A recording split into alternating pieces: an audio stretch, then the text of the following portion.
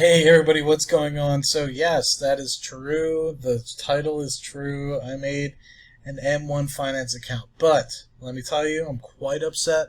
And the reason being is because I made about a 15-minute video creating an M1 Finance account from scratch, showing you guys literally everything except obviously like the usernames and what have you. Um, Literally from scratch, showed you basically from me going to Google to m1finance.com to me making the account to me answering all the investment questions to inputting my bank information so I could transfer $500 over. And when I went to go save the video, for some reason, it wouldn't let me save. It said something about antivirus software. I shut off my antivirus software. It wouldn't let me save. I turned it back on. I shut off it. I'm upset. It's happened to me once or twice before, but this one, I'm really hurt. A lot of you guys really enjoy M1 Finance, and so I really wanted to share that with you guys and open up a brand new account and kind of give an update. So at the moment, it's still positive with respect to where I'm at. I plan on eventually getting there. So you can see, made the account, names in the upper right hand corner. But what ended up happening is, I guess for some reason, my application got rejected. So all I had to do really is send in my driver's license. So I took a picture of my driver's license, sent that in, and so hopefully we can get this all resolved. But it was kind of funny. It really only took like 7-8 minutes to get everything through. And the three stocks that I chose that I wanted to kind of follow were Microsoft, Waste Management, and Bryn Mawr Bank Trust, just so I can continue to build shares in all three. I don't own Microsoft at the moment, so I was going to kind of see what that was all about. I know it's over $1 trillion company now, and the dividend continues to grow, so I was kind of excited about getting myself involved in that one. And then Bryn Mawr Bank Trust and Waste Management are two really good holdings that I have at the moment, of which I don't have enough Waste Management, and I wish I bought more because I'm up over like 200% from when I first bought some of my shares in my computer shares account. But anyway, had I bought more, maybe I wouldn't be talking to you guys. Maybe I'd be in an island. Just kidding. But anyway, hopefully with me sending in my license and everything like that, it'll get all resolved. I really truly enjoy the interface so far, where you can actually do some research and things along those lines. I think that's pretty sweet. Like I have my first pie here, but there's nothing in there because the first three stocks I wanted to buy wouldn't let me buy. So it's kind of interesting. I like how you can choose stocks, funds. Ooh, expert pies. I didn't even see this. Well, this is kind of cool. I'm going to have to do more research on this. Hedge fund followers. Wow. Okay. Income earners. Oh. Anyway, so I don't want to waste your guys' time on that per se, because I haven't really done much look at it. But overall, really impressed with the user interface at the moment. Because my account is currently rejected, and I don't have an actual account, my referral code will not work yet, but I'll make sure that once it actually does work, that you guys have that in the description down below so you guys can sign up. And I don't know if that really hooks you up, both of us, with any money, or is it just me that earns 20 bucks? Regardless,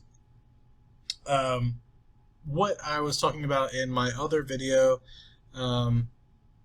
that I had recorded last night was basically what I was going to do with my M1 Finance account is give it a trial of about $500, give it about a week or so. If I like it, then what I might do to make it a little bit more interesting and diversify the videos that I show you guys a little bit is take the money that I have from my YouTube Moolah account in Fidelity, which is around $2,000, and that's the money that I've made through YouTube so far, and transfer that over to my M1 Finance account.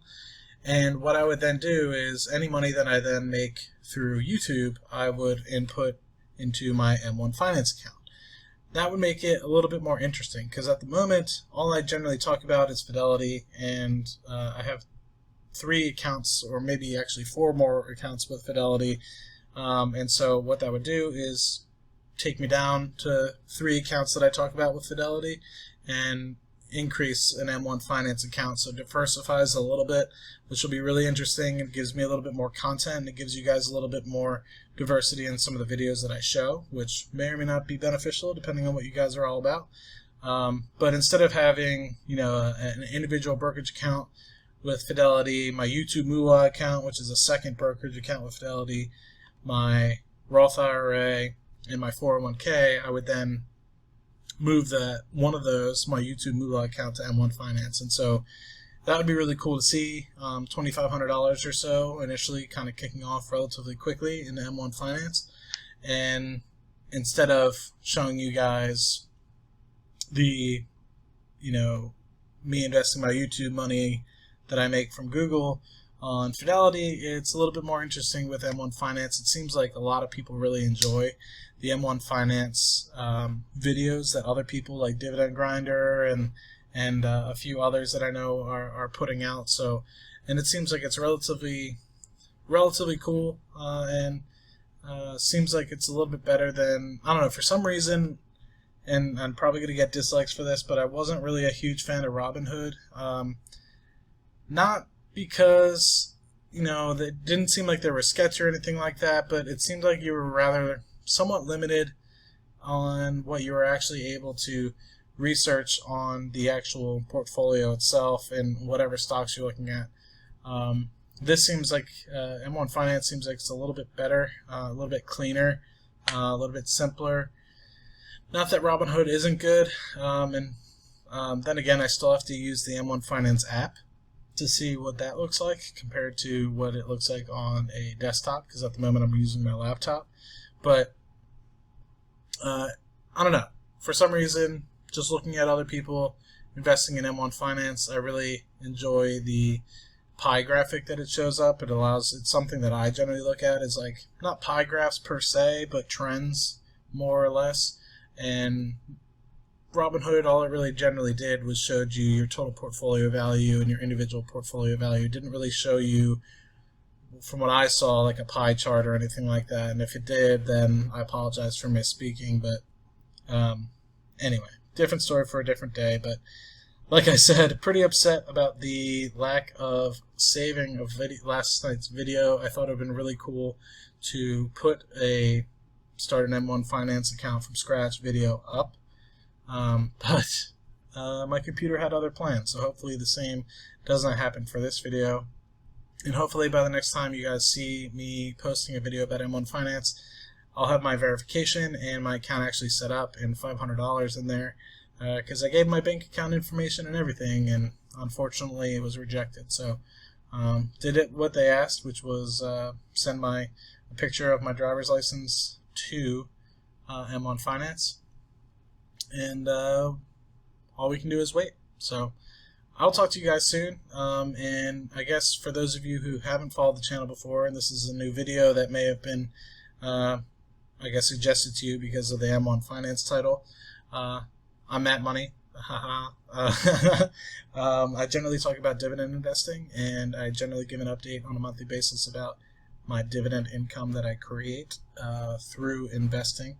And basically what I do is also give educational videos and try to create a community in the comment section for us to inspire each other and communicate and learn from each other, so that way we can get on the path to financial freedom, or just having additional income for whatever purposes it might be. It may not necessarily be for retirement, but rather just helping you get by on your month-to-month bills.